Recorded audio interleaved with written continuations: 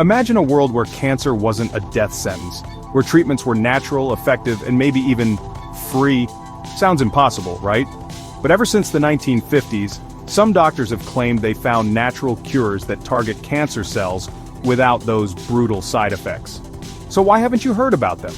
Because their discovery might devastate a multi-trillion-dollar industry. Now let's talk about these natural therapies.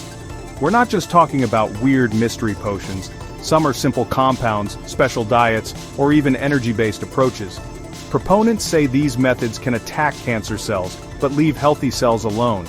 Think about that. No chemo, no radiation, none of that endless misery. These aren't just wild ideas. Real doctors with real credentials have dedicated their lives to this research. And here's the kicker. They weren't trying to sell you a miracle pill. They talked about empowering the body, working with nature, making healing accessible. But if that's true, why are billions still being funneled into conventional treatments, while these options barely get a mention, sometimes even getting flat-out ridiculed?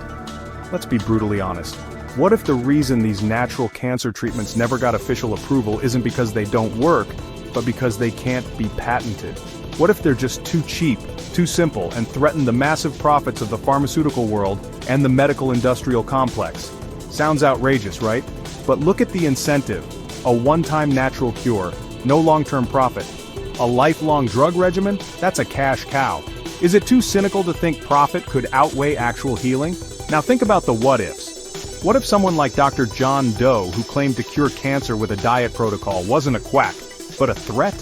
What if his research was purposefully ignored, or destroyed, or he was attacked in court? There are so many stories of alternative practitioners being marginalized, losing their licenses, or facing endless legal battles, despite patients swearing by their results. The result?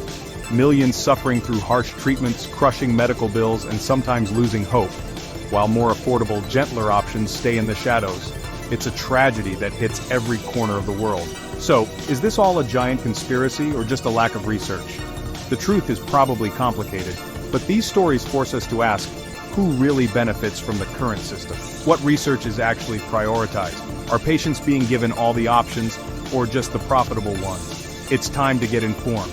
Time to ask hard questions, because the search for a cure should be about saving lives, not protecting profits. Are you ready to challenge the conventional story around cancer?